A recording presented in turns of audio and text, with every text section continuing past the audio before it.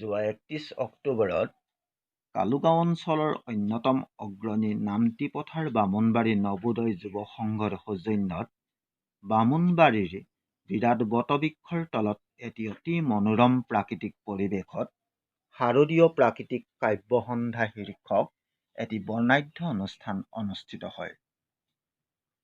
নাজিৰা কবি সন্মিলনৰ সভাপতি তৰুণ চন্দ্ৰ নাথে সঞ্চালনা কৰা আৰু আহ্বায়ক তথা যুৱ সাহিত্যিক কনক নেওগে আঁত ধৰা অনুষ্ঠানটি শুভ উদ্বোধন কৰে প্ৰতিষ্ঠিত কবি ঔপন্যাসিক কিশোৰ মনজিৎ বৰাই। নামতিপথাৰ বামুণবাৰী যুৱ সংঘৰ উদ্যোগত আয়োজিত শাৰদীয় প্ৰাকৃতিক কাব্যসন্ধ্যাত সমবেত সেই আপোনজন। সঁচাকৈয়ে আমি নামতিপথাৰ অঞ্চলৰ ঐতিহ্য বহনকাৰী এই এজোপা বিৰাট বটবৃক্ষৰ তলত আজি শাৰদীয় প্ৰাকৃতিক কাব্যসন্ধ্যাত সমবেত হৈছোহি। জয় জয় আজিৰ অনুষ্ঠানত উপস্থিত থকা প্ৰতিগৰাকী হৃদয়বান সংস্কৃতিবান সাহিত্যানুৰাগী সমাজপ্ৰাণ ব্যক্তিক আমাৰ আন্তৰিক শ্ৰদ্ধা আৰু শুভ ইচ্ছা মান্য অনুসৰি জ্ঞাপন কৰিছোঁ। সঁচাই এই শুভ সন্ধ্যাটি আপোনালোকৰ উপস্থিতিয়ে এক অনন্য মাত্ৰা দিবলৈ সক্ষম হৈছে। আপোনালোকৰ নিজস্ব যি প্ৰতিভা, সেই প্ৰতিভা আপোনাসৱৰ কবিতাৰ মাজেদি সংগীতৰ মাজেদি আজি উচ্চাৰিত হ'ব। এক অনন্য অনুষ্ঠানলৈ আজিৰ এই অনুষ্ঠান যে পৰ্যবেক্ষিত হ'ব, সুন্দৰ এক অনুষ্ঠান যে আজি আপোনাসৱে উপহাৰ দিব, আপোনাসৱৰ উপস্থিতিয়ে তাক প্ৰমাণ কৰিছে। এই কাব্যসন্ধ্যাটো মোৰ জীৱনৰ প্ৰথম কাব্যসন্ধ্যা। মই মুকলি উদ্বোধন শব্দটো নকওঁ, মুকলি শব্দটো কৈছোঁ। মুকলি কৰিবলৈ পাইছোঁ আৰু ইমান এটা সুন্দৰ বাতাবৰণত, যিটোক মই আৰম্ভণিতে কৈছোঁ।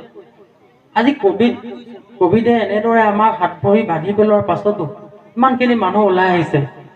চাকিৰ পোহৰত কিবা শৰতৰ কালৰ ৰাতি হাতী বিতোপন ৰাসক্ৰীড়া কৰিতে কৃষ্ণৰ ভল্যা মন। ৰাসৰ সন্ধ্যাৰ দৰে লাগিছে। ইমান প্ৰদীপৰ পোহৰত, চাকিৰ পোহৰত আমি একত্ৰিত হৈছোঁ। কবিতা বোলা বস্তুটোৱে প্ৰকৃতিৰ পৰা বুটলি অনা, আমাৰ সভ্যতাই, মানুহৰ সভ্যতাই প্ৰকৃতিৰ পৰা বুটলি অনা একত নজহা নপতা সম্পদ হৈছে কবিতা। গতিকে কবিতা বস্তুটোৱে প্ৰাকৃতিক। আমি মানুহবোৰ প্ৰাকৃতিক। বামুণবাৰীৰ মানুহ প্ৰাকৃতিক, মগৰাহাটৰ মানুহ প্ৰাকৃতিক, এই কেৰালিমূৰৰ মানুহ প্ৰাকৃতিক, অসমৰ মানুহ প্ৰাকৃতিক, ভাৰতৰ মানুহ প্ৰাকৃতিক, এছিয়াৰ মানুহ প্ৰাকৃতিক, কিন্তু আমেৰিকাৰ মানুহ প্ৰাকৃতিক সম্পূৰ্ণ পৰিমাণে নহয়। সেইকাৰণে কভিডৰ লগত আজি আমেৰিকা হাৰিছে, আজি কভিডৰ লগত যি ইংলেণ্ড হাৰিছে। কিন্তু ভাৰতবৰ্ষক ইফাল কৰি আমাৰ নৰ্থ ইষ্ট বা উত্তৰ পূৰ্বাঞ্চলৰ অসমৰ মানুহ আজি কভিডৰ লগত মূলা গাভৰু, শংকৰদেৱ, চিলাৰায়, লাচিত বৰফুকনৰ দৰে আমি যুঁজিব পাৰিছোঁ কভিডৰ লগত। কেনেকৈ? কাৰণ আমি প্ৰকৃতিৰ লগত সিদিনা শংকৰদেৱে নদী পাৰ হোৱাৰ পৰাই, লক্ষ্মীনাথ বেজবৰাই দিশত জাপ মৰাৰ পৰাই আমি কভিডৰ নিচিনা বেমাৰৰ লগত অভ্যস্ত হৈ আছোঁ। অসমৰ মানুহে ভয় নকৰে। গতিকে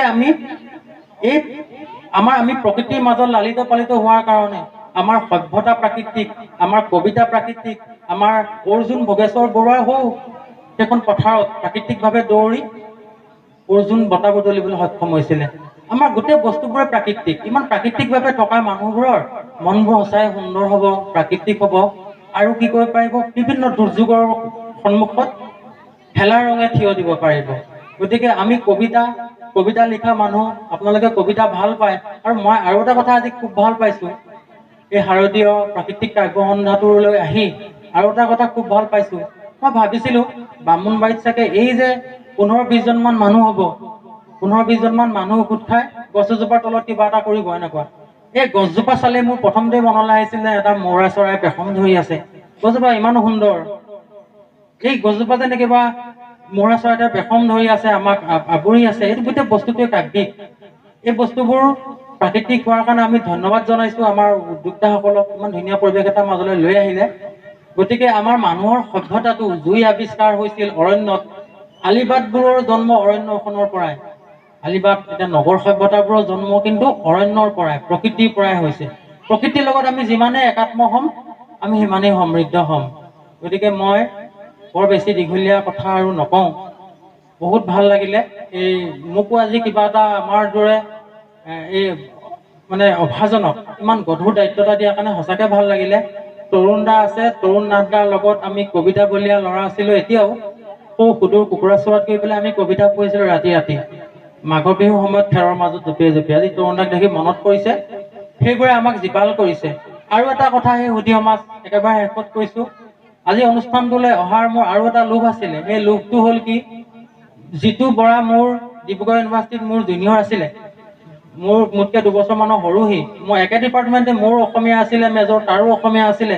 আৰু আমি PNGB পদ্মনাথ গোহাঁই বৰুৱা ছাত্ৰ নিবাসত আমি একেটা নিবাসতে আছিলোঁ। জিতু বৰা প্ৰথম ইউনিভাৰ্চিটিলৈ যোৱা দিনটোৰ পৰাই মই জিতুক চিনি পাওঁ। আৰু আপোনালোকৰ এই বামুণবাৰী অনুষ্ঠানটোলৈ ইমান পোহৰ লৈ আহিলে যে আমি নথৈ আনন্দিত হৈছোঁ। আৰু আমাৰ নতুন প্ৰজন্মই, মই আশা কৰিছোঁ জিতুক দেখি 1000টা জিতু, 100টা জিতু, বহুত জিতু ওলাব, যি গৱেষণা কৰিবলৈ আগবাঢ়ি আহিব, পোহৰ বুটলিবলৈ যি আগবাঢ়ি আহিব। গতিকে মই জিতুক পাই আৰু আহ্লাদিত হৈছোঁ। একেবাৰে শেষত মই মহাভাৰত খুব ভাল পাওঁ। মহাভাৰত, বেদ, উপনিষদ, পুৰাণ এইবিলাক আমাৰ আত্মাৰ কাব্য, আমি ভাল পাওঁ। মহাভাৰতত আপোনালোকে জানে যে শ্ৰীকৃষ্ণ যেতিয়া হস্তিনাপুৰলৈ সন্ধি কৰিবলৈ গৈছিলে, তেতিয়া ঘূৰি আহোঁতে শ্ৰীকৃষ্ণ বিফল মনোৰথ হৈ ঘূৰি আহোঁতে বাটত পাই কৰ্ণক ৰথত তুলি লৈ আহিছিলে। মই আজি বামুণবাৰীলৈ, মইতো শ্ৰীকৃষ্ণ নহয়, মই শ্ৰীকৃষ্ণৰ চৰণৰ ধূলিও নহয়, কিন্তু শ্ৰীকৃষ্ণক সঁচাই বহুত ভাল পাওঁ। গতিকে মই বামুণবাৰীলৈ আহি জিতুৰ ঘৰলৈ এপাক গ'লোঁ। জিতুক মই লগ পাই ইমান আনন্দিত, বিমল আনন্দ পালোঁ যে মোক কৰ্ণক লগ পোৱাৰ, মহাৰথী কৰ্ণক লগ পোৱাৰ দৰে লাগিল জিতুক। মই এইখিনি কোনো হেৰিত কোৱা নাই, অত্যুক্তি কৰি কোৱা নাই, সঁচা কথাখিনি কৈছোঁ। আৰু জিতুক দেখি বহুত জিতু ওলাই আহিব, মই সেইটো আকৌ অনুৰোধ কৰিছোঁ। জিতু আজি অকল আপোনালোকৰ এই জেগাটুকুৰাই নহয়, আমাৰ মগৰাহাট, গৌৰীসাগৰ, শিৱসাগৰ গোটেইখিনি চবৰে প্ৰেৰণা হ'ব যোৰহাটত। জিতুকো অনুৰোধ কৰিছোঁ, তাৰ দায়িত্ব বাঢ়িছে, সি নতুন ল'ৰা ছোৱালীখিনিক আৰু হাতত হাত ধৰি উলিয়াই লৈ যাব লাগিব। বিশ্বকবি ৰবীন্দ্ৰনাথ ঠাকুৰে এষাৰ কথা কৈছিলে যে তেওঁৰ পাছত, ৰবীন্দ্ৰনাথৰ পাছত যদি ৰবীন্দ্ৰনাথৰ চৰ্চা নহয়, নতুন ল'ৰা ছোৱালীয়ে নিলিখে, কবিতা নিলিখে, কবিতাৰ চৰ্চা নহয়, তেতিয়া ৰবীন্দ্ৰনাথৰ কোনো মূল্য নাই। জিতু বৰা ওলাই অহাৰ পাছত, আপোনালোক আমি ওলাই অহাৰ পাছত আমি যদি নতুন জেনেৰেশ্যনটোক আনিব নোৱাৰোঁ, তেতিয়া আমাৰ এই যে বৌদ্ধিক যিটো বিপ্লৱ, অকল কটা মৰা বিপ্লৱটোৰ কথা মই কোৱা নাই, বৌদ্ধিক যিটো বিপ্লৱ, জ্ঞানৰ যিটো বিপ্লৱ, প্ৰজ্ঞাৰ যিটো বিপ্লৱ, সেই বিপ্লৱটো স্তিমিত হৈ যাব, ৰৈ যাব।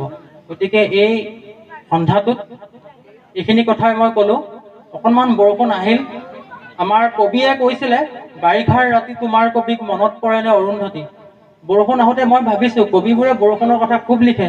নৱকান্ত বৰুৱাই বাৰিষাৰ ৰাতি তোমাৰ কবিক মনত পৰেনে অৰুন্ধতী, বাৰিষাৰ কথা খুব কৈ থাকে, কিন্তু বৰষুণ দিলে আমাৰ ভয় লাগে। বাৰিষাৰ কথা আমি বাৰিষা গানত খুব ভাল পাওঁ, কিন্তু বৰষুণ আহিলে ভয় লাগে। কিন্তু এতিয়া বৰষুণ গুচি গ'ল, আমি বৰষুণৰ লগত অভ্যস্ত হ'ব লাগিব। COVID-19ৰ কাৰণে বৰষুণৰ তিতাটো কিন্তু স্বাস্থ্যৰ কাৰণে বেয়া। গতিকে আমি ভগৱানক প্ৰাৰ্থনা কৰিছোঁ, অহা 3 ঘণ্টামানলৈ যাতে বৰষুণ নাহে। বৰষুণ তিতিলে কিন্তু আমাৰ ল'ৰা ছোৱালী, যিটোও কৈছে আপুনি, ল'ৰা ছোৱালীবিলাকৰ সমস্যা হ'ব। মই দীঘলীয়া আৰু কথা কৈ নাথাকোঁ। আপোনালোকৰ মাজৰ এজন হিচাপে, খুব ধূলিৰো ধূলি, চৰণৰ ধূলি, অভাজন হিচাপে কেইটামান কথা ক'লোঁ। এই কথাকেইটা কওঁতে কিন্তু মই ভাবিছোঁ বামুণবাৰীৰ মাটিত থিয় হৈ মোৰ মনলৈ যিকেইটা কথা আহে সেইকেইটাই মই নেচাৰেলি ক'ম। কাৰণ গোটেই বস্তুটোৱে ভাৰতীয় প্ৰাকৃতিক কাব্যসন্থা। আৰু এই প্ৰাকৃতিক কাব্যসন্থাটোত মই কোনো ক'ৰবাৰ পৰা কিতাপৰ পৰা তুলি কথা কোৱা নাই। মোৰ মনলৈ যি ভাৱ আহিছে মই নিজক ঘৰত কোৱাৰ দৰে সেই কথাখিনি ক'লোঁ। ঘৰত কথা কওঁতে আকৌ গ্ৰামাৰ লগাই পেলাই কথা কোৱা নাযায় নহয়। আমি মাক ঘৰলৈ যাওঁতে পল্লী মুখৰ পৰা স্কুল পৰা আহিছে, অ' মা ভাত দে বুলি চিঞৰ মাৰোঁ, গালিও পাওঁ কেতিয়াবা ভাত বেয়া হ'লে। আপোনালোকৰ কথাখিনি কওঁতেও মোক ঘৰত কোৱাৰ দৰে কৈছোঁ, যিহেতু একেবাৰে খাচ বুলি যিটো কথা কয়, যদি ক'ৰবাত বঢ়া দুটা হৈছে সেইখিনি নিজৰ ভাই বুলি, অনুজ বুলি বা শহীদ বুলি আপোনালোকে ক্ষমা কৰিব। এইখিনি কথাকে ক'লোঁ। আৰু পুনৰবাৰ আপোনালোকৰ সুস্বাস্থ্য দীৰ্ঘায়ু কামনা কৰিছোঁ। গতিকে এই সন্ধ্যাটো ইমানতে মই মোৰ ফালৰ পৰা উদ্বোধন কৰা হ'ল বুলি নকওঁ, আনুষ্ঠানিকভাৱে মুকলি কৰা হ'ল বুলি সদৰি কৰিলোঁ। ধন্যবাদ। জয় আই অসম।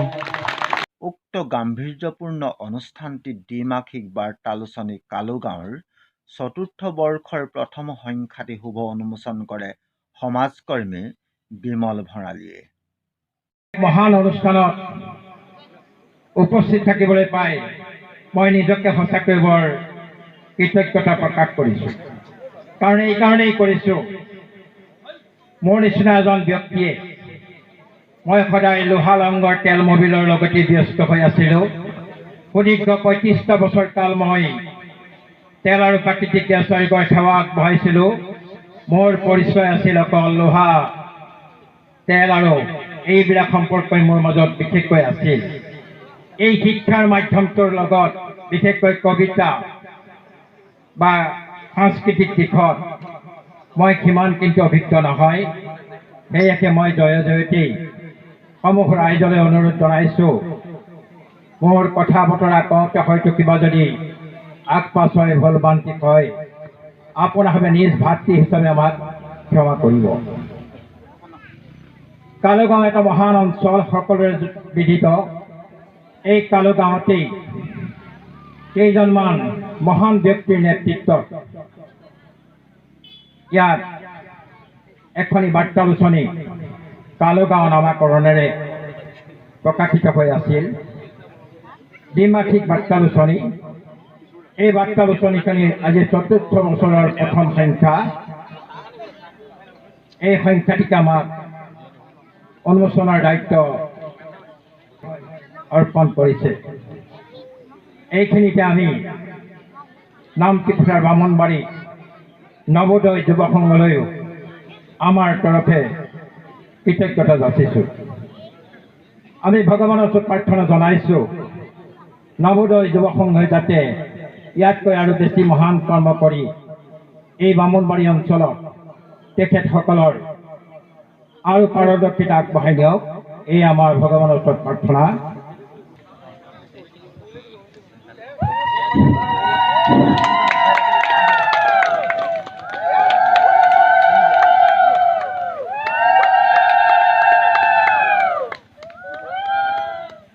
কালুগাঁও ৪ৰ্থ বছৰ প্ৰথম সংখ্যা, ছেপ্টেম্বৰ-অক্টোবৰ ২০২০ চন, কাতি মাহৰ ১৯৪২। কালুগাঁও শিৱসাগৰ অসম। মূল্য এক সীমা ৰাখিছে ১০ টকাকৈ। যোৰহাটৰ সাংস্কৃতিক সংস্কৃতি, ৰাজনীতি, অস্তিত্ব পোৱা হেৰুৱা যোৰহাট নগৰৰ মাজমজিয়াৰ কেইটিমান ঐতিহাসিক কীৰ্তিচিহ্ন শ্ৰদ্ধাৰ কিশোৰ কুমাৰ গগৈ ডাঙৰীয়াই আমালৈ পঠাইছিল। ভাওনা শংকৰদেৱ ৰূপান্তৰ যাত্ৰা শ্ৰদ্ধাৰ কিশোৰ মঞ্জিত বৰা, কবি উপন্যাসিক আজি আমাৰ উদ্বোধক ডাঙৰীয়াদেৱ, তেখেতেও আমালৈ এই বাৰ্তালোচনীখনিলৈ এটি দেখা পঠাইছে। সেয়েহে শেষত কবি, ৰাজনীতিবিদ প্ৰণৱ গগৈ আৰু সংগীত শিল্পী পংকজ বৰদলৈ শ্ৰদ্ধাঞ্জলিৰে কনক নেওগৰ সম্পাদনা এই বাৰ্তালোচনীখনি তেখেতসকলে সম্পূৰ্ণ কৰি উলিয়াইছে। কালুগাঁৱৰ নেপথ্যত সম্পাদনা উপদেষ্টা শ্ৰদ্ধাৰ তৰুণ চন্দ্ৰ নাথ, পৰেশ বৰুৱা, জয়জ্যোতি গগৈ, কুমাৰ বিমান বৰা, প্ৰকাশক সম্পাদক মণ্টু বৰুৱা, সহযোগী সম্পাদক কনক নেওগ, অলংকৰণ তাপস কুমাৰ বৰুৱা, মুদ্ৰণ কালুগাঁও ডিজিটেল চিৰাখোনা।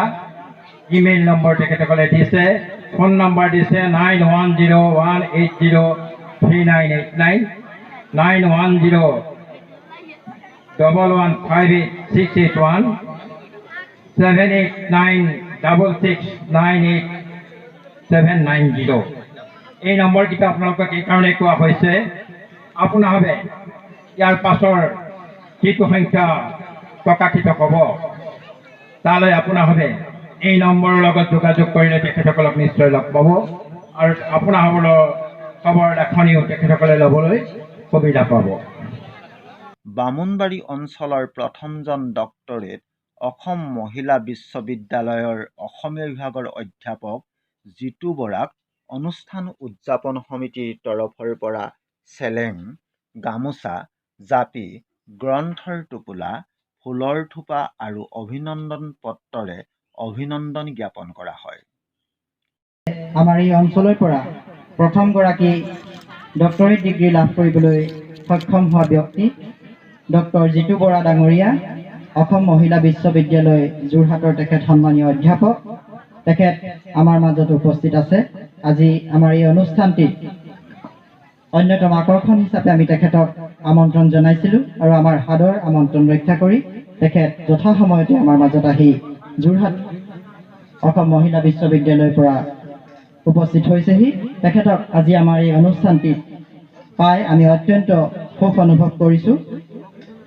তেখেতে অসমীয়া আৰু দেউৰী ভাষাৰ ধ্বনিতত্ত্ব এক বৈপৰীত্যমূলক অধ্যয়ন শীৰ্ষক বিষয়ত গৱেষণা কৰি ডিব্ৰুগড় বিশ্ববিদ্যালয়ৰ সন্মানীয় অধ্যাপক অপৰ্ণা কোঁৱৰ মহোদয়াৰ তত্ত্বাৱধানত তেখেতে গৱেষণা কৰি 2019 বৰ্ষৰ সন্মানীয় ডক্টৰেট ডিগ্ৰী লাভ কৰিবলৈ সক্ষম হৈছে। তেখেতক আমি আমাৰ বামুণবাৰী গাঁৱৰ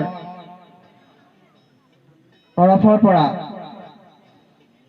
নবোদয় যুৱ সংঘৰ উদ্যোগত আয়োজিত শাৰদীয় প্ৰাকৃতিক কাব্য সন্ধ্যা শীৰ্ষক এই অনুষ্ঠানটিত আমি আমাৰ আন্তৰিক অভিনন্দন শ্ৰদ্ধা যাচিব বিচাৰিছোঁ। আমাৰ মাননীয় উদ্যোক্তা মণ্ডলীক তেখেতক সন্মানীয় অভিনন্দন জ্ঞাপন কৰিবৰ বাবে আগবাঢ়ি আহিবলৈ অনুৰোধ জনাইছোঁ।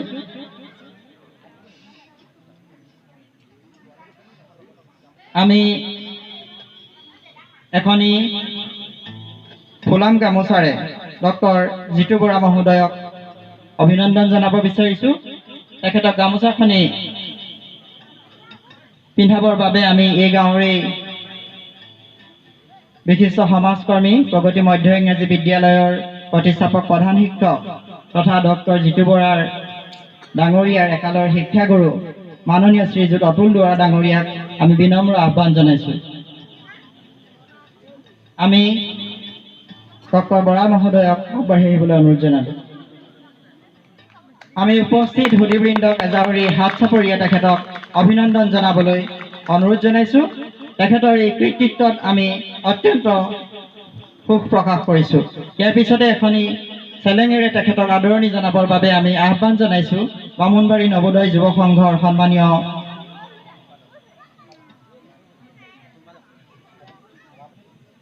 সম্পাদক দিগন্ত বৰুৱা মহোদয়ক। তেখেতক আমি আগবাঢ়ি আহি এখনি চেলেঙেৰে সন্মানীয় বৰা ডাঙৰীয়াক অভিনন্দন জনাবৰ বাবে আহ্বান জনাইছোঁ।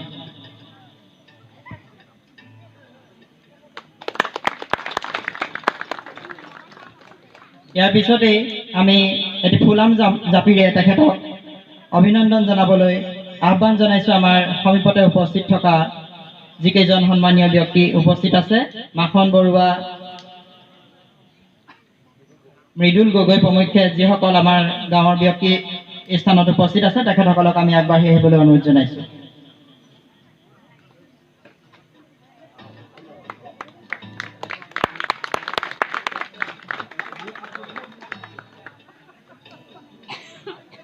আমাৰ মাজত গাঁৱৰ যুৱতীসকল উপস্থিত আছে, তেখেতসকলক আমি এখনি গ্ৰন্থেৰে সন্মানীয় বৰা মহোদয়ক অভিনন্দন জনাবলৈ আহ্বান জনাইছোঁ।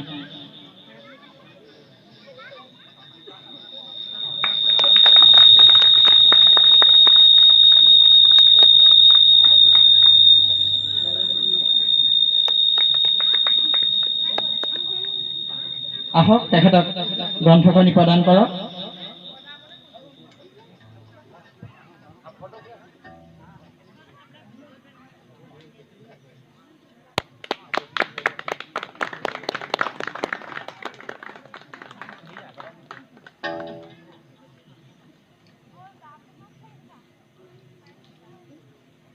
এইবাৰ আমি তেখেতক এখনি সম্বৰ্ধনা পত্ৰেৰে অভিনন্দন জনাবলৈ আগবাঢ়িছোঁ।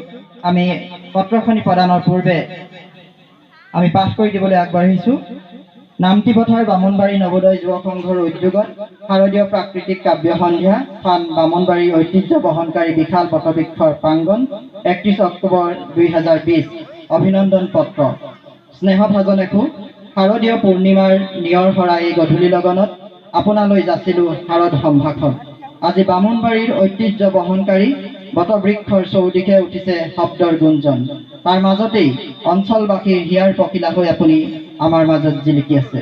কাৰণ আপোনাৰ বিদ্যায়তনিক উত্তৰণে আশাৰ বিজুলী ৰেখা হৈ ধৰা দিছে নতুন প্ৰজন্মৰ সন্মুখত। অসমীয়া আৰু দেউৰী ভাষাৰ ধ্বনিতত্ত্ব এই এক বৈপৰীত্যমূলক অধ্যয়ন শীৰ্ষক বিষয়ত বিশ্ব সাধনাৰে গৱেষণা কৰ্ম সম্পন্ন কৰি ডিব্ৰুগড় বিশ্ববিদ্যালয়ৰ পৰা সন্মানীয় PhD ডিগ্ৰী বুটলিবলৈ আপুনি সমৰ্থ হ'ল। আপোনাৰ এনে কৃতকাৰ্যতা অৰ্জন কৰা আপুনি এই আমাৰ অঞ্চলটোৰ প্ৰথমগৰাকী ব্যক্তি। সেয়েহে আমাৰ বাবে উচ্চ শিক্ষাৰ বাটৰ আপুনি এগৰাকী পথিকৃত। অনাগত দিনত শৈক্ষিক ক্ষেত্ৰৰ সম্ভাৱনীয়তাসমূহক সম্পদলৈ ৰূপান্তৰিত কৰাত আপোনাৰ সুদৃষ্টি হৈ ৰ'ব মাইলৰ খুঁটিস্বৰূপ। আপোনাৰ এই কৃতকাৰ্যতাৰ বাবে অঞ্চলবাসীৰ হৈ আপোনালৈ জনাইছোঁ আমাৰ আন্তৰিক অভিনন্দন। আপোনাৰ সুস্বাস্থ্য কামনাৰে এটি বৰ্ণিল কৰ্মময় জীৱনৰ প্ৰতি আমাৰ আন্তৰিক সদিচ্ছা আৰু স্নেহ সম্ভাষণ জ্ঞাপন কৰিলোঁ। শ্ৰদ্ধা সহকাৰে নামতিপথাৰ বামুণবাড়ী নৱোদয় যুৱ সংঘ, নামতিপথাৰ বামুণবাড়ী গাঁৱৰ ৰাইজৰ হৈ আমি তেখেতক এই সম্বৰ্ধনা পত্ৰখনি প্ৰদান কৰিবলৈ আগবাঢ়ি আহিবলৈ আহ্বান জনাইছোঁ।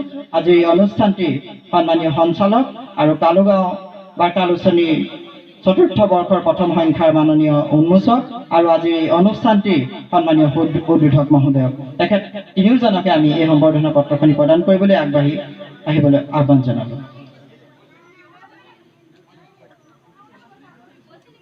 এজাউৰি হাত চাপৰিয়ে পুনৰ তেখেতক অভিনন্দন জনাবলৈ আপোনালোকক আহ্বান জনালোঁ।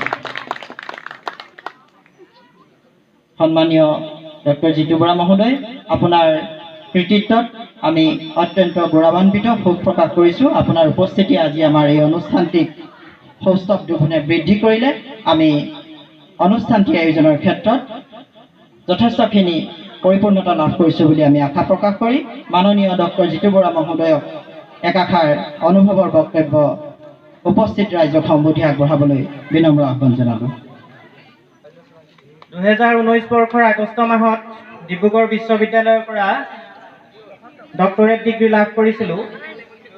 ডিব্ৰুগড় বিশ্ববিদ্যালয়ৰ বিশিষ্ট শিক্ষাবিদ তথা লক্ষ্মীনাথ বেজবৰুৱা আসনৰ প্ৰাধ্যাপক প্ৰফেচাৰ অৰ্পণা কোঁৱৰ বাইদেউৰ তত্বাৱধানত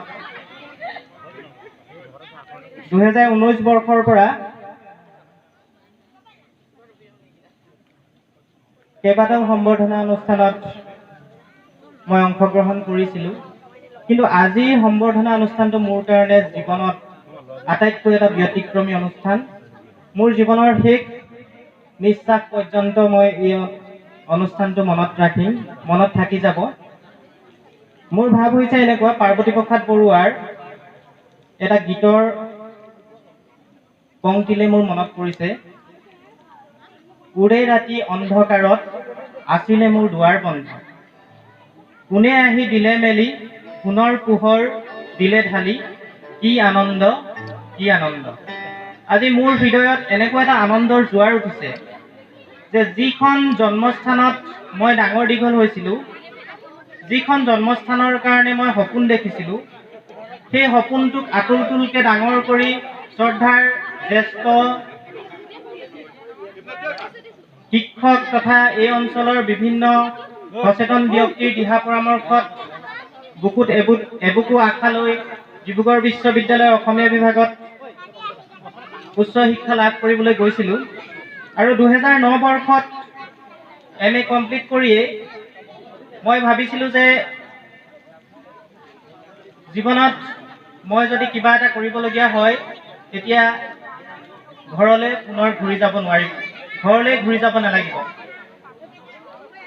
এই উদ্দেশ্যটো, এই লক্ষ্যটো, এই সিদ্ধান্ত হিচাপে লৈ মই গৱেষণাৰ কামত নিজকে নিয়োজিত কৰিছিলোঁ আৰু 2 বছৰৰ পিছতে ডিব্ৰুগড় বিশ্ববিদ্যালয়ৰ পৰা MPhil ডিগ্ৰী লাভ কৰিলোঁ।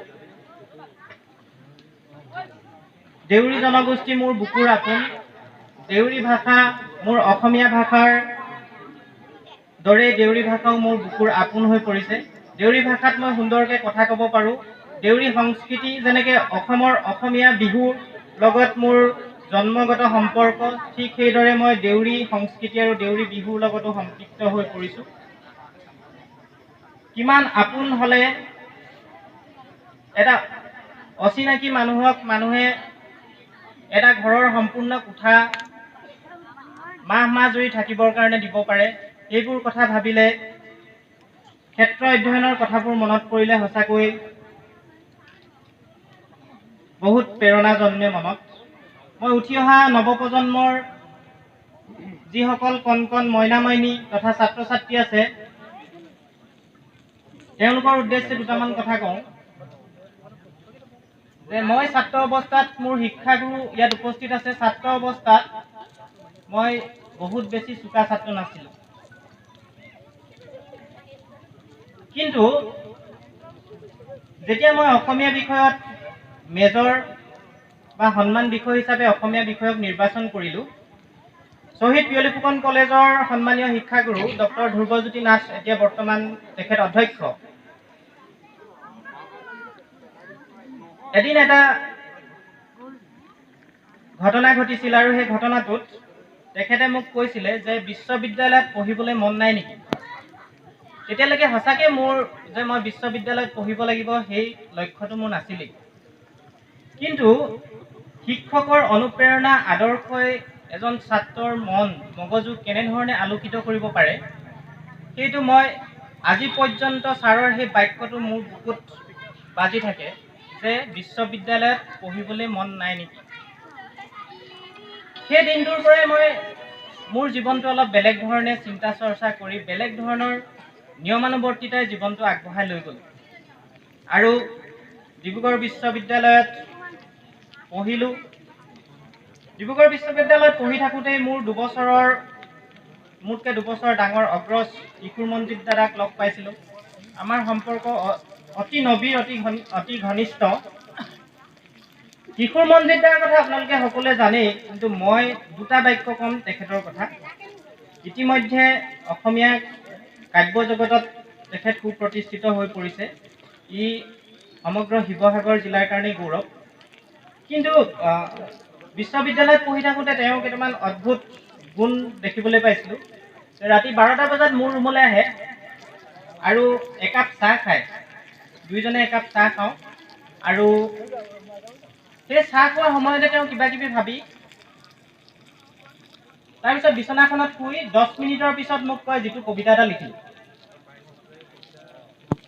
এনেকুৱা এটা কবিতাৰ তেওঁ হৃদয়ত, তেওঁ আহে কুহে কুহে এনেকুৱা ধৰণে সোমাই আছে যে গোটেই মানুহটোৰ তেজেৰে সৈতে তেওঁ কবি। এতিয়া সচেতনভাৱে অসমীয়া মহাকাব্য নহয়, ভাৰতবৰ্ষৰে ভাৰতীয় মহাকাব্য মহাভাৰতখনৰ বিভিন্ন চৰিত্ৰৰ গৱেষণা কৰি তেখেতে এলানি কবিতা লিখিছিলে, মহাগাথা নাম দিছে। মই সেইদিনাখনি কথা প্ৰসংগত কৈছোঁ যে মহাভাৰতখন আমাৰ অসমীয়া মানুহৰ হিৰে হিৰে এনেকুৱা ধৰণে সোমাই আছে যে তাত যদি তিলমানো এটা ভুল ৰৈ যায়, সেইটোৱে বহুত ডাঙৰ বিতৰ্কৰ সূচনা কৰিব। আৰু এই তিলমান ভুল নাৰাখিবৰ কাৰণে কিশোৰ মনজিৎ দাই মহাভাৰতৰ বিভিন্ন চৰিত্ৰবিলাক পুংখানুপুংখভাৱে অধ্যয়ন কৰাৰ উপৰিও তেওঁ বিভিন্ন সংস্কৃত গ্ৰন্থ, বেদ আৰু গীতাখন প্ৰায় 20 বাৰমান তেওঁ পঢ়িছোঁ বুলি মোক কৈছে। গতিকে কবিতাৰ প্ৰতি উৎসৰ্গিত যিটো মনোভাৱ, যে ফিল্ড ষ্টাডি কৰি সম্পূৰ্ণ আৱেগৰ লগত যুক্তি, এই গোটেইখিনি কথা সামৰি কবিতাৰ চৰ্চা কৰাটো সঁচাকৈ জটিল কথা। আজি আপোনালোকক দেখি এনেকুৱা অনুভৱ হৈছে যে আপোনালোকে সেই জটিলতাখিনিক সহজ ৰূপত ল'বলৈ সক্ষম হৈছেগৈ। প্ৰথম অৱস্থাত কবিতা সাংঘাতিক মানুহৰ কাৰণে জটিল হয়, কিন্তু কিছুমান মানুহ স্বতঃস্ফূৰ্তভাৱেই কবি আৰু কিছুমান মানুহ যথেষ্ট কৃচ্ছ সাধনাৰ বলত কবি হয়গৈ। জীৱনানন্দ দাসৰ এটা কথা সদায় মনত পৰে যে সকলো কবি নয়, কেউ কবি। বৰ গুৰুত্বপূৰ্ণ কথা যে কবিতা লিখা সকলো মানুহ কবি হ'ব নোৱাৰে। কবিতা যে এটা শিল্প, এই শিল্পৰ লগত যে শব্দৰ এটা বৰ্ণময় সম্পৰ্ক থাকে, সেই সম্পৰ্ক সূত্ৰ লগত প্ৰাকৃতিক যিবিলাক উপকৰণ, সেই উপকৰণবিলাকৰ সুন্দৰ সমন্বয়েৰেহে কবিতা সৃষ্টি সম্ভৱ। দ্বিতীয় কথাটো হৈছে কি, ৰোমান্টিক যুগত অসমীয়া সাহিত্যত কবিতাৰ যিটো ধাৰা আছিলে, সেই ধাৰাটো এতিয়া অলপ বেলেগ ধৰণে গতি কৰিছে। আধুনিক কবিতা সৃষ্টি নহয়, আধুনিক কবিতা নিৰ্মাণ হয়। কবিতাৰ শৰীৰ নিৰ্মাণ হয়। সেই শৰীৰ নিৰ্মাণ কৰোঁতে শব্দৰ নিৰ্বাচন অতি গুৰুত্বপূৰ্ণ কথা। আপোনালোকক এইখিনি কথা মই নকওঁ, কিন্তু ময়ো কেতিয়াবা কবিতা লিখোঁ। আজি কনকে মোক কাব্য সন্ধ্যাৰ কথা ক'লত মই ক'লোঁ ময়ো এটা কবিতা পাঠ কৰিম। কিন্তু কবিতা পাঠ কৰাৰ আগতে মই বামুণবাৰী অঞ্চলৰ কেইজনমান বিশিষ্ট ব্যক্তিৰ কথা সদায় আমি মনত ৰাখিব লাগিব। সেইকেইজনৰ নাম উল্লেখ কৰিছোঁ।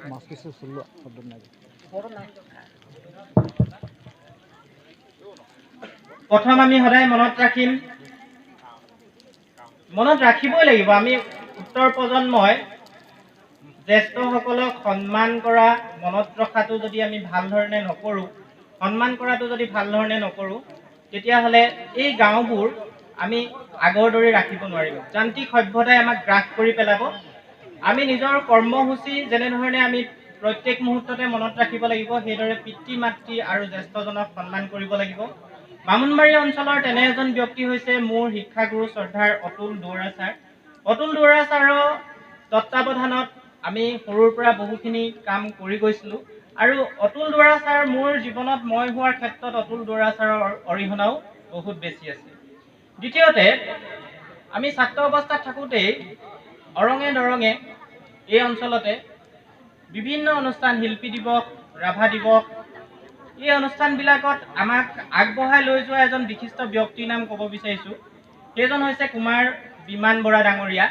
নেপথ্যত সদায় থাকে, কিন্তু আজি মই আপোনালোকক শ্ৰদ্ধাৰে কৈছোঁ যে বিমান বৰা দাদাৰ কাৰণে আপোনালোকে এটা ডাঙৰ হাত চাপৰি মাৰক। কাৰণ এই বামুণবাৰী অঞ্চলটোৰ আৰ্থ সামাজিক শৈক্ষিক প্ৰগতিৰ দিশত বিমান বৰা দাদাৰ অৰিহণা যথেষ্ট ৰূপত আছে। আৰু আমাৰ বামুণবাৰী ৰাইজক মই এটাই অনুৰোধ কৰোঁ যে বিমান বৰা দাদাই এই অঞ্চলটোৰ ছাত্ৰ ছাত্ৰীৰ শৈক্ষিক ভৱিষ্যত উত্তৰণৰ খাতিৰত যিখিনি কৰি আছে, আপোনালোকে নিসংকোচে তেখেতক ভৱিষ্যতে সহায় সাৰথি সহযোগিতা আগবঢ়াই যাব। আচলতে বহুত পৰিকল্পনা আছে অঞ্চলটোৰ কাৰণে কৰিবলৈ, কিন্তু তাৰ কাৰণে অলপ দীঘলীয়া পৰিকল্পনা লাগিব। সেইটো কাৰণে মই কিছু ক্ষেত্ৰত তেখেতলোকক সহায় কৰিব পৰা নাই, কিন্তু মই কিশোৰ মনজিত দাদা আৰু শ্ৰদ্ধাৰ বিমল ভৰালী ডাঙৰীয়াই কথা প্ৰসংগত কেইটামান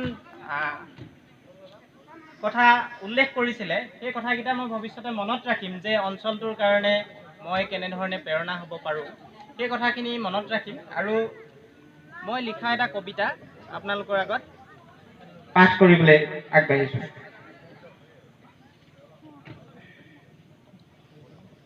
কবিতাটো লকডাউনৰ সময়ত লিখিছিলোঁ। বহুত বেছি কবিতা নিলিখোঁ, প্ৰায় 4-5 মাহমানৰ মূৰত এটা কেতিয়াবা লিখোঁ।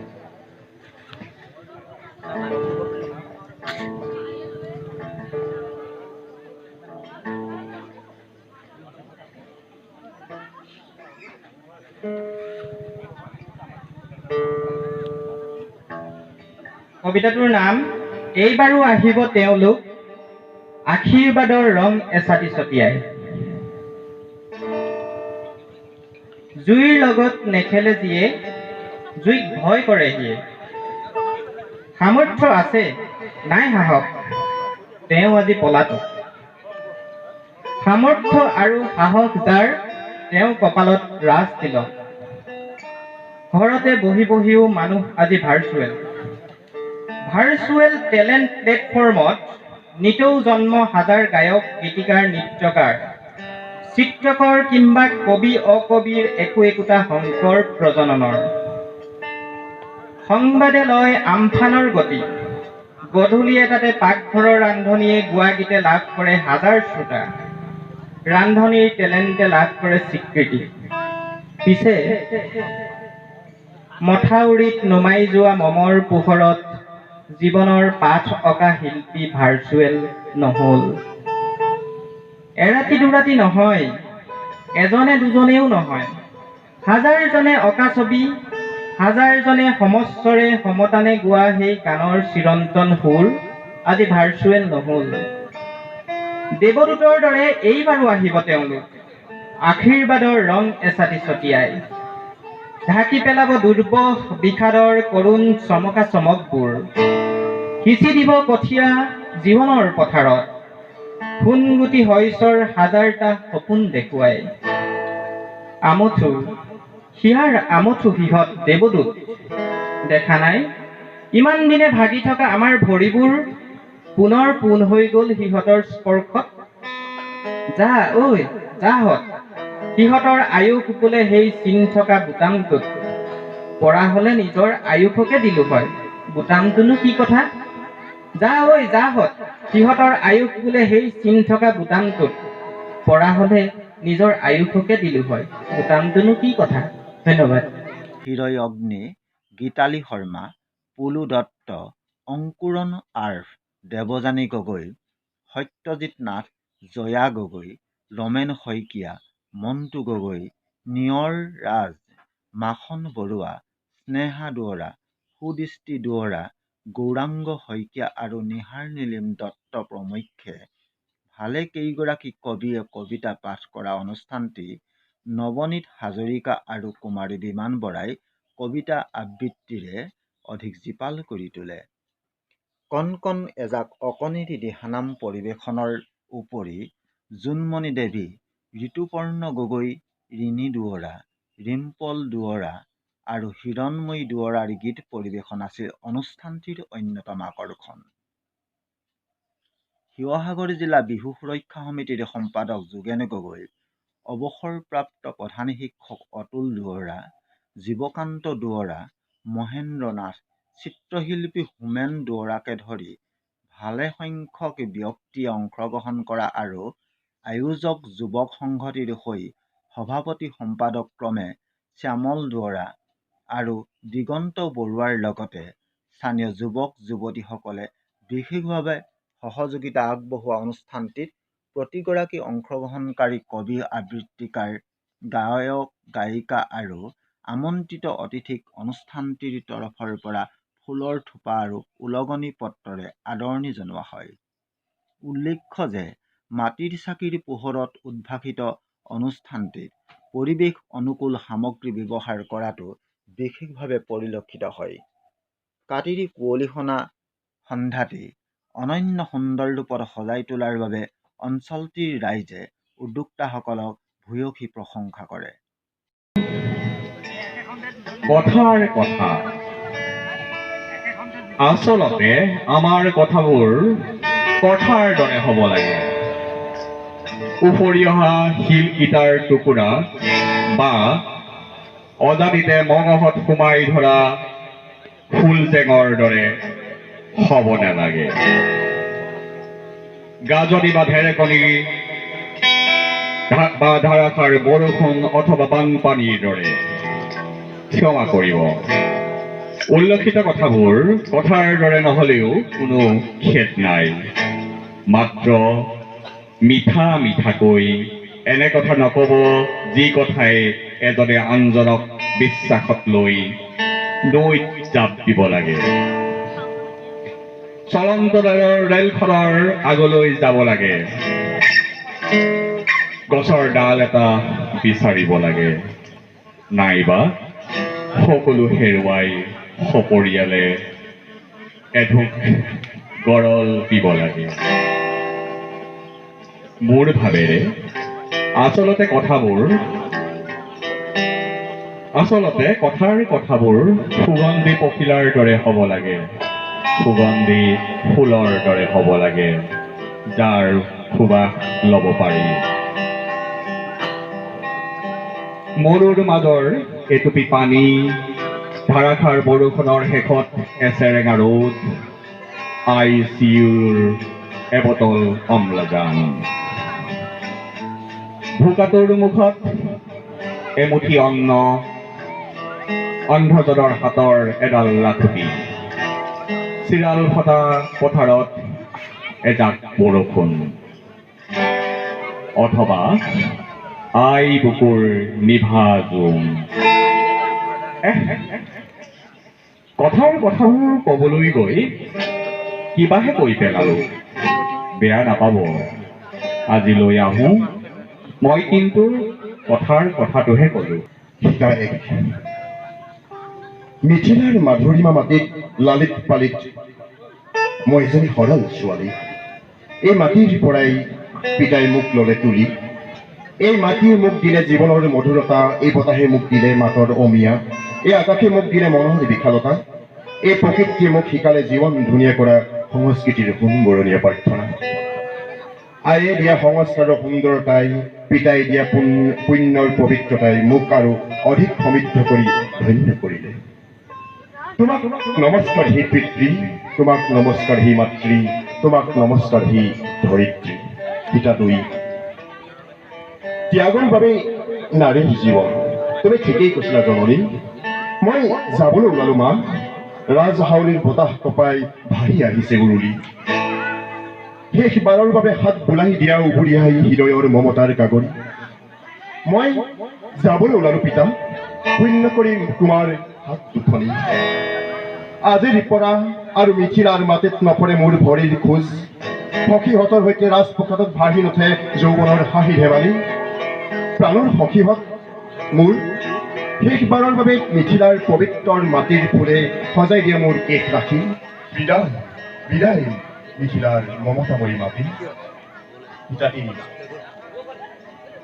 অপেক্ষাৰ আকাশত সূৰ্যোদয়ৰ ৰং সানি কেতিয়া আহিবা হে আৰ্যপুত্ৰ? কেতিয়া শেষ কৰিবা সোণৰ লংকাৰ পোহৰময় গৰিমাত, মহাপাপ আৰু অধৰ্মৰ অন্ধকাৰৰ দাগ সানি উন্মাদ ৰাৱণৰ অহংকাৰ? এতিয়া অশোক বনত মোৰ বাবে বন্দিত্বৰ বতাহ, প্ৰতিপলত সৰি পৰে বিষাদ বিষণ্ণ হুমুনিয়া। ইয়াত নাই দণ্ডকাৰণ্যৰ আৰণ্য সৌন্দৰ্যৰ অপাৰ, পাহি মেলি ফুলি উঠা নাৰঙী ফুলবোৰত মধুৰ গুঞ্জন তুলি, ভোমোৰাবোৰে পাখি মেলি উৰি অহা পৰিভ্ৰমী চৰাইবোৰে জলাশয়বোৰত নকৰে নান্দনিক বৈভৱী বসন্তৰ বিহাৰ। ইয়াত নাই পঞ্চৱতীৰ পুষ্পিত সুগন্ধি ফুলৰ বিনন্দীয়া বাহাৰ। ইয়াত কেৱল ৰাৱণৰ অহংকাৰ, ইয়াত কেৱল ৰাক্ষসৰ অত্যাচাৰ। হে মোৰ প্ৰাণধন আৰ্যপুত্ৰ, সূৰ্য বিনে যিদৰে জগত অন্ধকাৰ, জলৰ বিনে যিদৰে সাগৰ ৰখাৰ, ঠিক তেনেদৰে মই অৰ্থহীন অবিহনে তোমাৰ। এজাক বনৰীয়া কুকুৰে কেউপিনৰ পৰা আগুৰি ধৰা পথভ্ৰষ্ট এজনী অকলশৰীয়া হৰিণীৰ দৰে, ভাগি থানবান হোৱা আশাৰ আহত বিশ্বাসৰ দৰে, শেষ মুহূৰ্তত আহি ভস্ত হোৱা লক্ষ্যৰ দৰে, মানসিক বিকলতাই নিষ্ক্ৰিয় কৰা পাণ্ডিত্যৰ দৰে, হীন অপবাদে পিহন কৰা নিষ্কলুষ পবিত্ৰতাৰ দৰে মই মাথো কোনোমতে উশাহ লৈ প্ৰতিব্ৰতা নাৰী ধৰ্মৰ বিশ্বাসী বন এডাল হাতত তুলি যি আছো হে আৰ্যপুত্ৰ, কেৱল তোমাৰ অভিক্ষাত। সীতা 4 যদি মোৰ এই অপমানে শেষ প্ৰাপ্য আছিল, তেন্তে হে আৰ্যপুত্ৰ আজি মানে কিয় মোক ইমান মান আদৰ দিছিলা? যদি মোৰ এই সন্দেহ আৰু অবিশ্বাসী শেষ প্ৰাপ্য আছিল, তেন্তে হে আৰ্যপুত্ৰ আজি মানে কিয় মোক ইমান বিশ্বাস দিছিলা? যদি মোৰ এই অবিচাৰ অন্যায় অধৰ্মই শেষ প্ৰাপ্য আছিল, তেন্তে হে আৰ্যপুত্ৰ তেন্তে কিয় তুমি আজীৱনে সত্য ৰক্ষাৰ প্ৰতিশ্ৰুতি দিছিলা? সোণৰ হৰিণ বিচৰাটো মোৰ ভুল আছিল, কিন্তু সত্য ৰক্ষাৰ বাবে বিশ্বাসৰ বন খামুচি তোমালৈ অপেক্ষা কৰাটো অকণো মিছা নাছিল। এই ৰ'দৰ দৰে উজ্জ্বল সত্য কথাটো কিয় তুমি মানি নললা? সতীত্বৰ সোণোৱালী মৰ্যাদাৰ ৰক্ষাৰ বাবে আৰু কিমান দিব লাগে অগ্নি পৰীক্ষা? তুমিয়ে কোৱা হে ৰঘুপতি, ইমান অন্যায় অনীতি কেনেকৈ হব আই বসুমতী? শেষৰ কবিতা সোণোৱালী সীতা। পুৰুষৰূপী পৃথিৱীয়ে কব খোজে বিশ্বাস হেৰুৱা বনৰীয়া বতাহ এজাকৰ নাম সীতা, ক্ষীৰত অকা সন্দেহৰ সূৰ্য এটা নাম সীতা, অৱহেলাত আহত এখন উদাৰ আকাশৰ নাম সীতা, অপমান অন্ধকাৰৰ ধাৰাৰ নাম সীতা।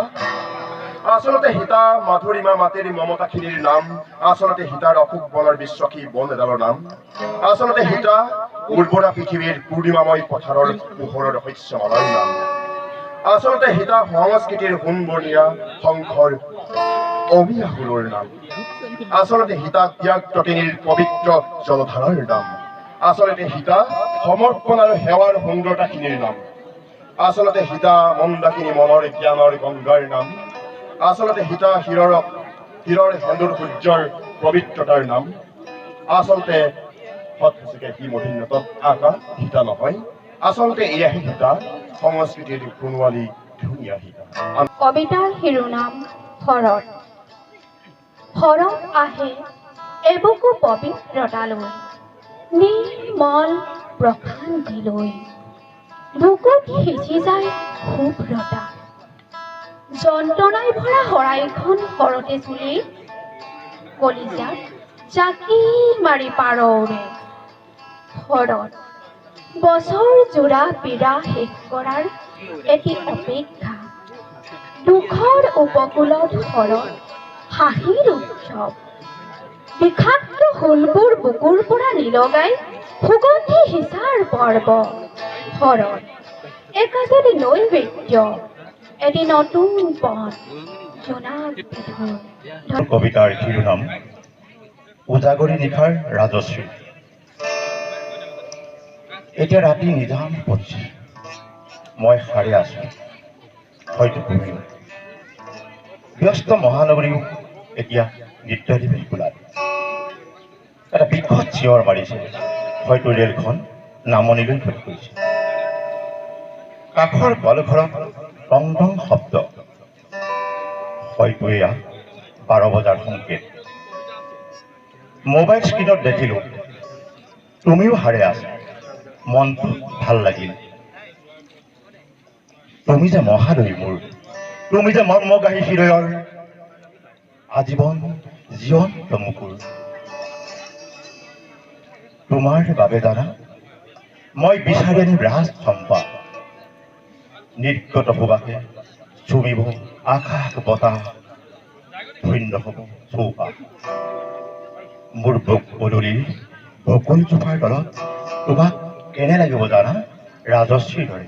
অলকানন্দা, অলকানন্দা, তুমি আছা ক'ত? এটি ভীৰু পক্ষীৰ দৰে প্ৰান্তে প্ৰান্তে আছো মই। আকাশৰ বিশালতা আৰু নিশাৰ নিস্তব্ধতাক এতিয়া মই ভাল পাই পেলাইছো জানা। কেতিয়াবা তোমাক দেখা পাওঁ প্ৰভাতৰ আবাহনী গীতত, দীঘল চুলিদাৰিয়ে সদ্যস্নাতা তুমি মোৰ আৰাধ্য দেৱী। নহয় নহয়, সৌৱা সৌৱা, চকামকাকৈ দেখিলো তোমাক উপেক্ষিত ৰঙামদাৰৰ চান, শুভবস্ত্ৰ পৰিহিতা ৰূপকন্যা তুমি। প্ৰাণ ভৰি চাব খোজো তোমাক, গল্পৰ গাগৰিত অথবা প্ৰবন্ধৰ পাপৰিত, নাই কবিতাৰ কাকলিত দূৰ গৈ একাংকিকাৰ একাজলি তুলি ললো। ক'ত হেৰাই গলা তুমি? অলকানন্দা, তুমি আছা ক'ত? মেলি দিলো বিশাল আকাশলৈ দুখনি হাত, পালো মাথো শূন্যতা। সুধি চালো গভীৰ জলৰাশিত তোমাৰ কথা, পালো মাথো মৌনতা। আহিবা নেকি বাৰু তুমি? বৃষ্টিৰ তাৰে তাৰে গৰ্জনমুখৰ সন্ধ্যা, কলীয়া ডাৱৰ ফালি এমুঠি শুভ্ৰ জোনাক কঢ়িয়াই আপেক্ষাৰত মই। আন্তঃসলীনা নদীৰ দৰে বৈ যায় জীৱনৰ প্ৰাপ্তি অপ্ৰাপ্তিবোৰ। জীৱনো হয় ভাগৰুৱা, জলতৰঙৰ ঢৌ গণি গণি তুমি বাৰু ভাগৰি পৰিছা নেকি? অথবা এই পুৰাতন পৃথিৱীৰ সৃষ্টিৰ মাদকতা ভৰা গৰ্ভাৱতী পথাৰৰ ফুৰফুৰীয়া সুগন্ধিলৈ তুমি আজি আপোন পাহৰা। মই বৰ ভাগৰি পৰিছো জানা। অলকানন্দা, অলকানন্দা, তুমি আছা ক'ত? ক'ত আছা তুমি? আমি এটা নিলিখা কবিতাৰ পাণ্ডুলিপি। সিদিনা আমি দুয়ো আগ চোতালত বহোতে নাহৰ পাত ৰঙা কৰি ৰ'দজাক নামিছিল আমাৰ চোতাললে।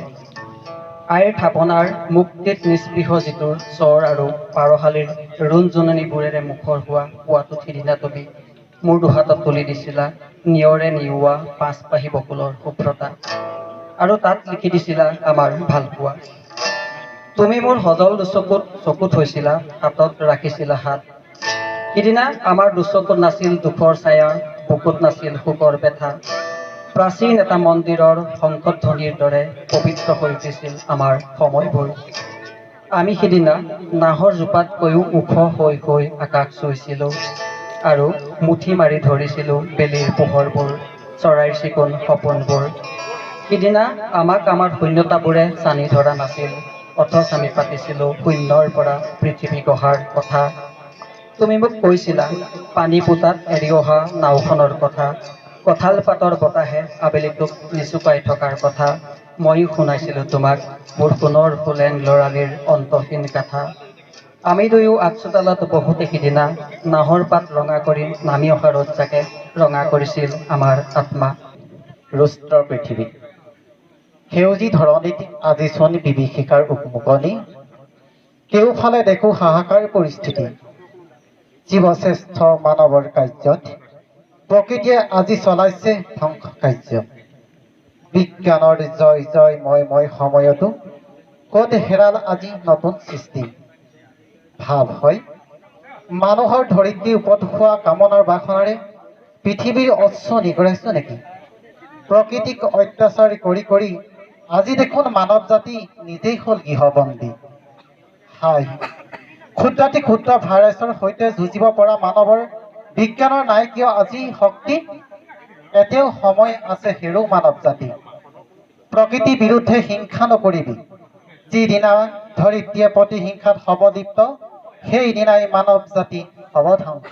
ঘৰত অহাৰ সময়তে মোৰ এটি অনুভৱ পাঠ কৰিবলৈ লৈছোঁ।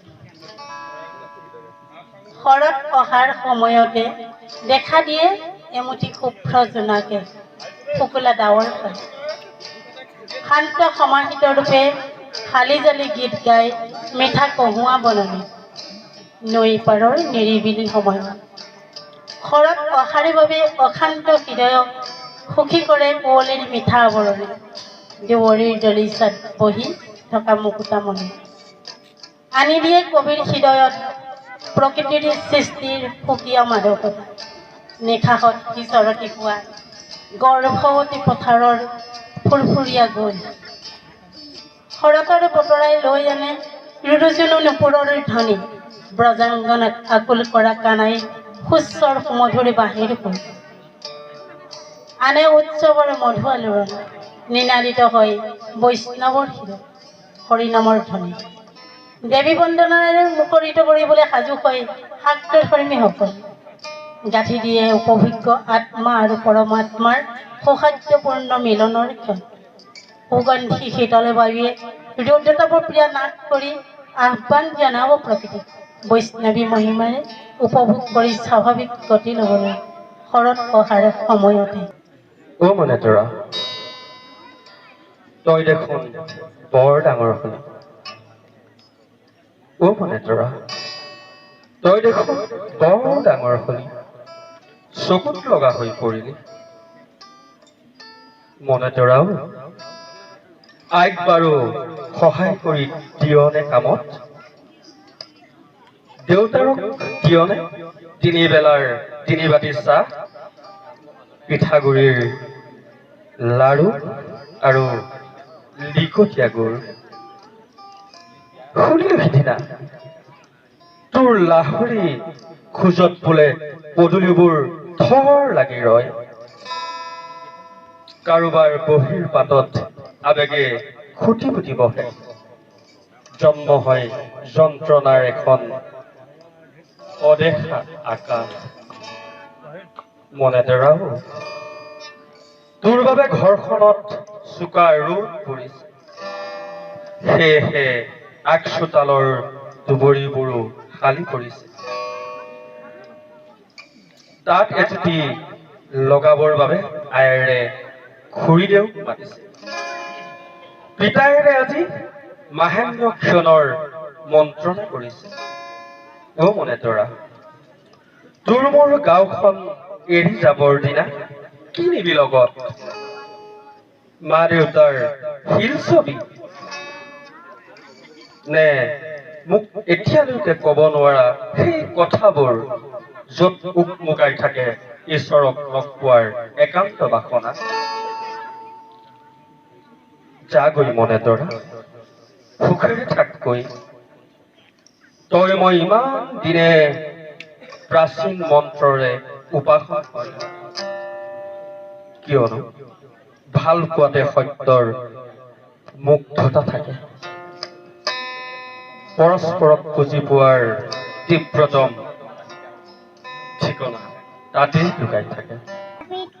কবিতাৰ শিৰোনাম লৰালিৰ গীত কবি কলা গুৰু বিষ্ণু প্ৰসাদ ৰাভা কল কল কল কল নিজৰ ৰাতিবৰ শিলৰ হৃদয় ফালি জোৰ জোৰ জোৰ জোৰ বৈছে মলয় শুনিলি গগন জুৰি দিগন্তলয় টিহ টিহ টিহ শিঙিয়া পেপা সুমধুৰা উতা ৰঘৰা সুৰ ধিন ধিন টক টক টকা ঢোল মাত বাজে কাহ তাল পাত বহাগী বিহুৰ দূৰ দূৰ দূৰ দূৰ সৰু গাঁওখন দুৱনিৰ পৰা দেখো বৰ বিতুপন ৰচিত কবিতাৰ শিৰোনাম দেশৰ দুৰ্দিন আজি পৃথিৱী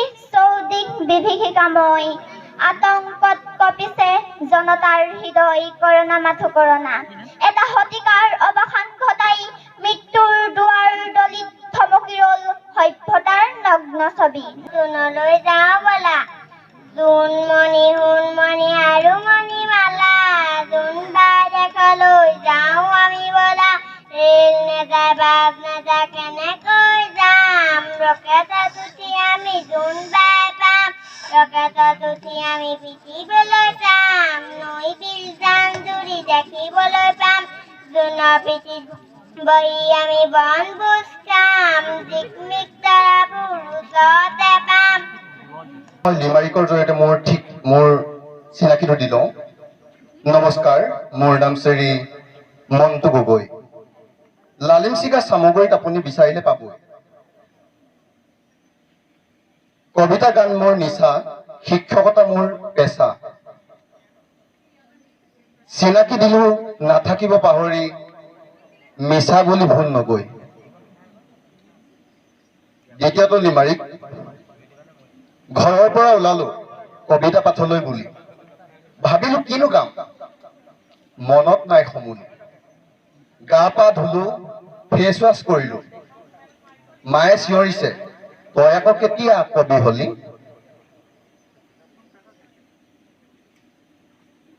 তৃতীয়টো লিমাৰিক আমাৰ ভূত প্ৰেতৰ পৰলক ৰাতি হেনো ভূত ওলাই মাৰে বিকট টুকি ভূতে পালে সাধু বেজে পানী দিয়ে ফুকি অন্ধবিশ্বাসৰ কি যে বেহা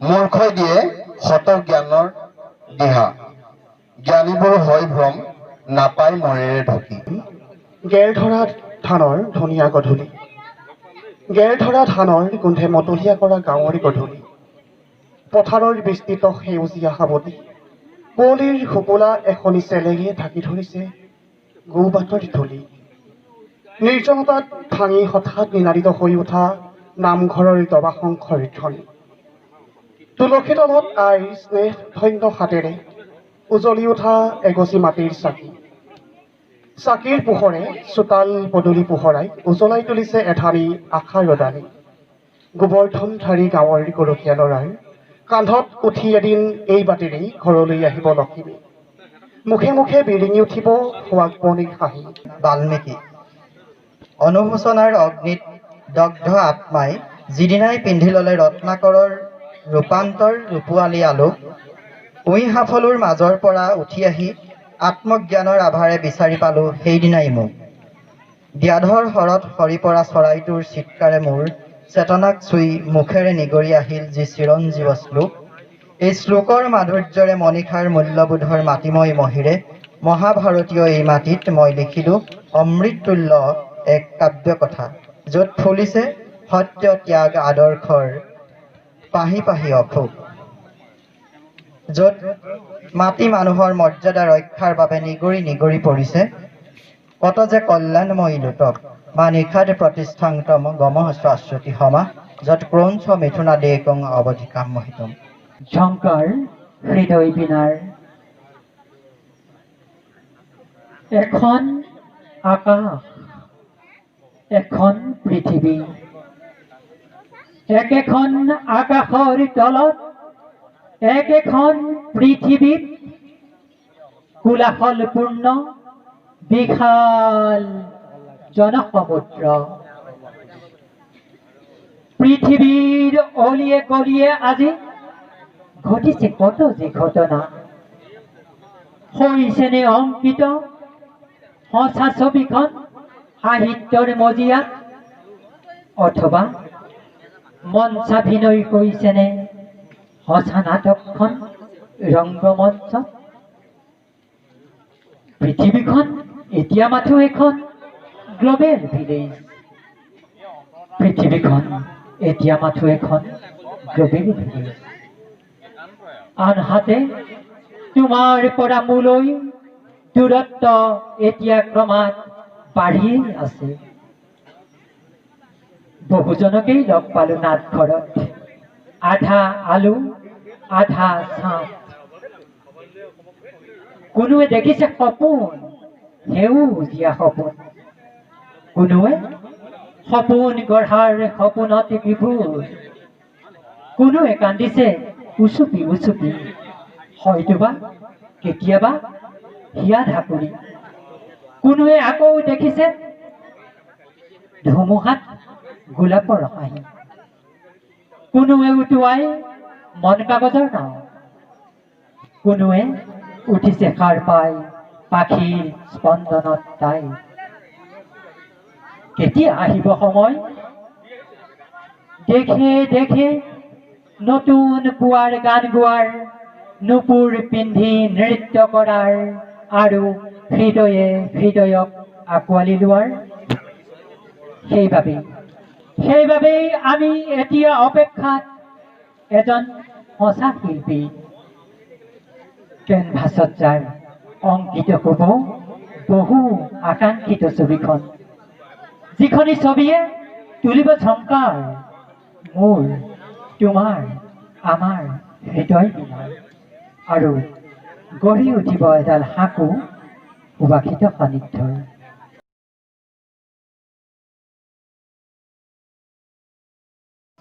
হাৰদি কোমল জোনাক মায়াৰে মন উতলা কৰে হাৰদি কোমল জোনাক মায়াৰে মন উতলা কৰে জুৰিটিৰ পাৰত কহুৱা ফুলিলে মন উতলা কৰে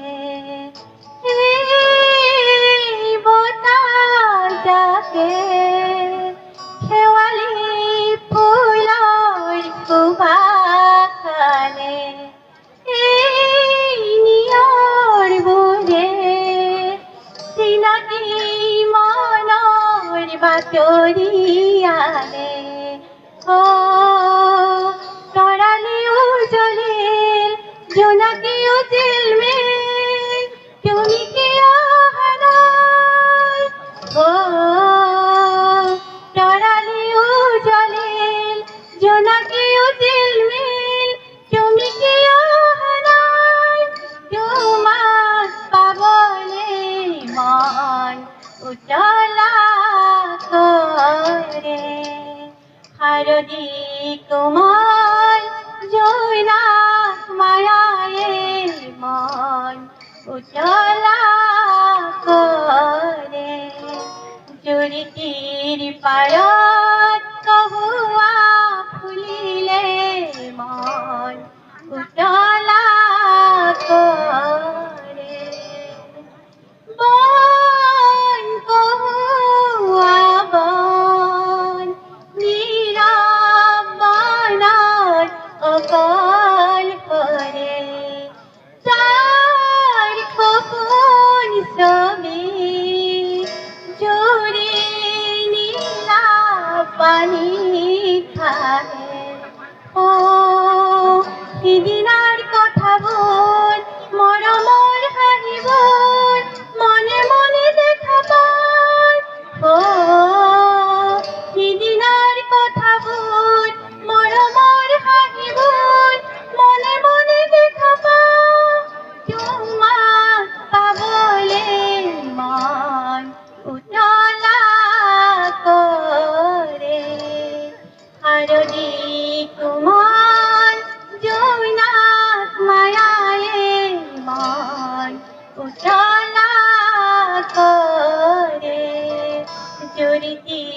পাৰত কহুৱা ফুলিলে মন উতলা কৰে। এই বতাহ জাকে শেৱালি ফুলৰ সুবাস আনে। এই নিয়ৰবোৰে চিনাকি মনৰ বাতৰি আনে। তৰালিও জ্বলিল জোনাকিও ঝিলমিল তুমি কিয় অহা নাই? তৰালিও জ্বলিল জোনাকিও ঝিলমিল তুমি কিয় অহা নাই? তোমাক পাবলে মন উতলা কৰে। শাৰদী কোমল জোনা মায়াৰে মন উতলা কৰে। মন উতলা কৰে।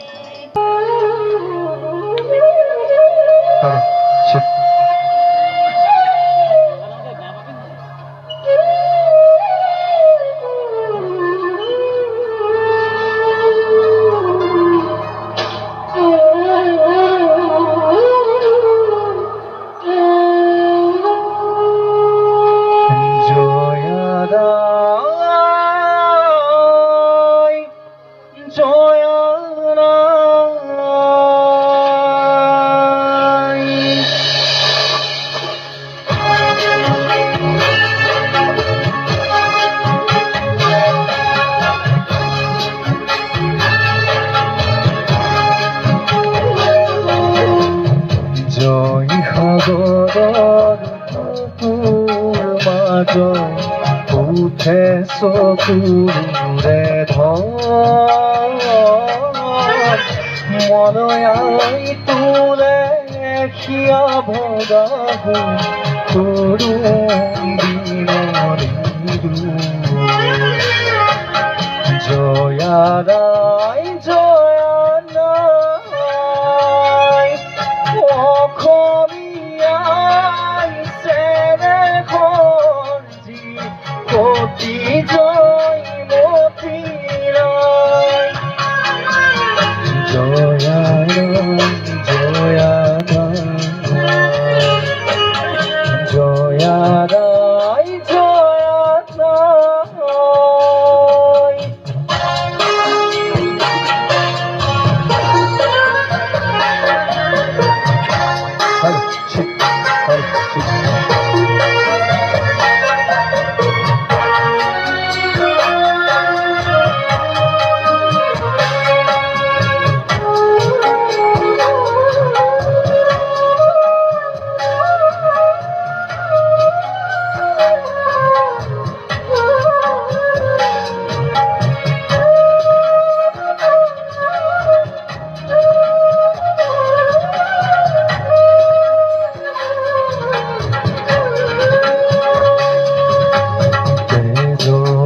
তুফান চকুৰাল নয়নই পাহি পাহি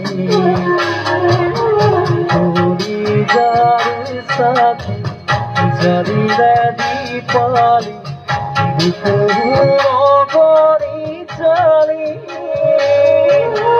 পাৰতে গজিলে স্মৃতি দেউল প্ৰেমৰ সুৰভিধানী স্বামী কৰিলে দেখিলে নিজকে দিলে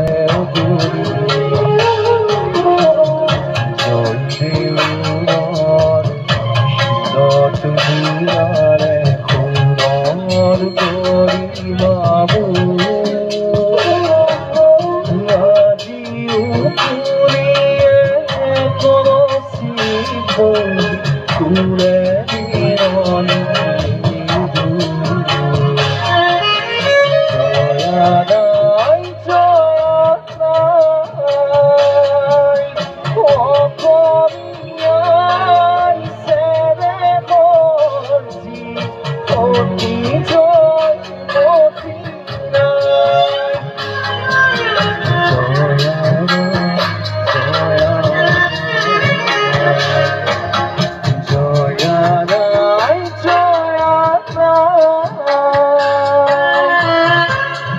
বিশেষে মই আমাৰ প্ৰণৱক ধন্যবাদ জনাব বিচাৰিছোঁ। প্ৰণৱ দা আছে আমাৰ, আৰু এনেকৈ অনুষ্ঠান আগলৈও যাতে হৈ থাকে তাৰ বাবে মই আশা ৰাখিলোঁ।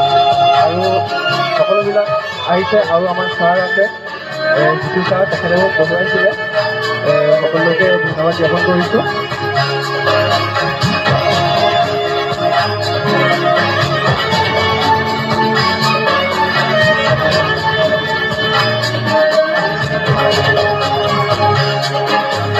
সেই সাগৰৰ তেজৰ চুপিৰে বুলোৱা ডাঙৰি চুলি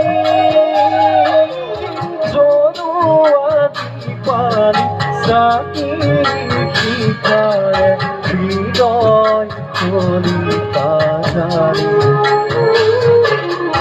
উঠা অসমৰ গাভৰু চুয়াৰ জাগা অসমীয়াৰো আজিও জয়া আখিয়াতে আছে নুতুলিবাতে জয়া নাই জয়া নাই অসমীয়াই চেনে যি অতি জয়মতী নাই জয়া জয়া জয়া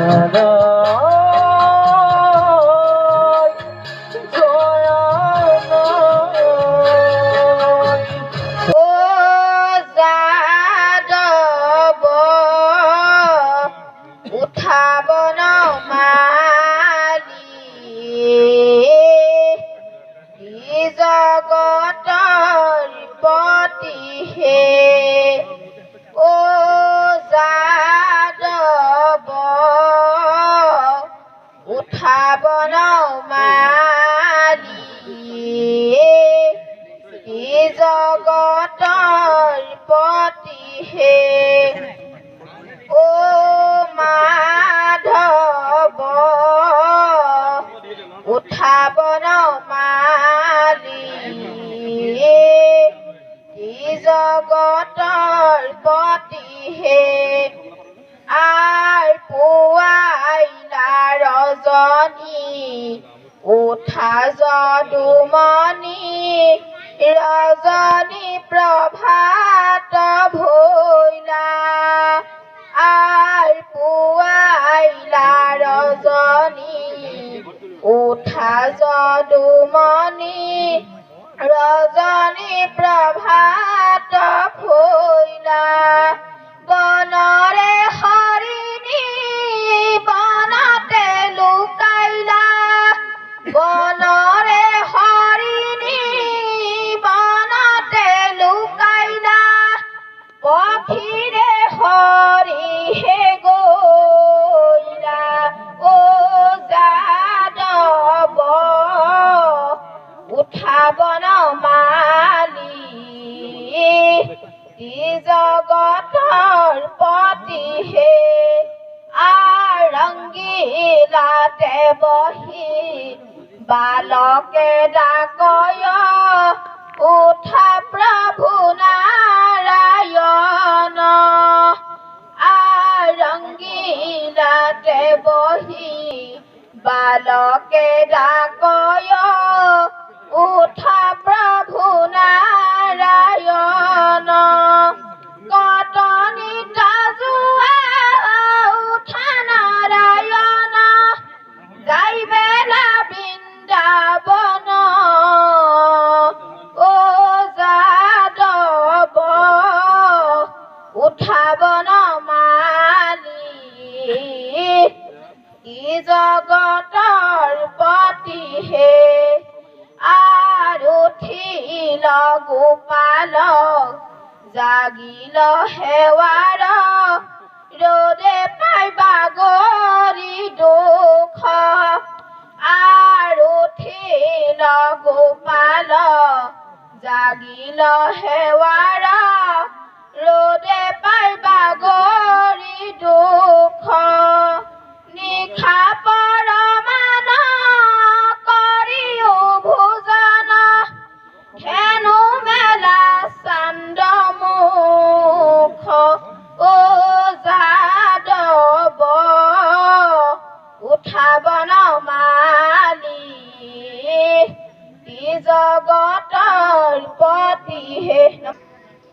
শিৰোনাম নৰকাসুৰ, কবি নীলিম কুমাৰ।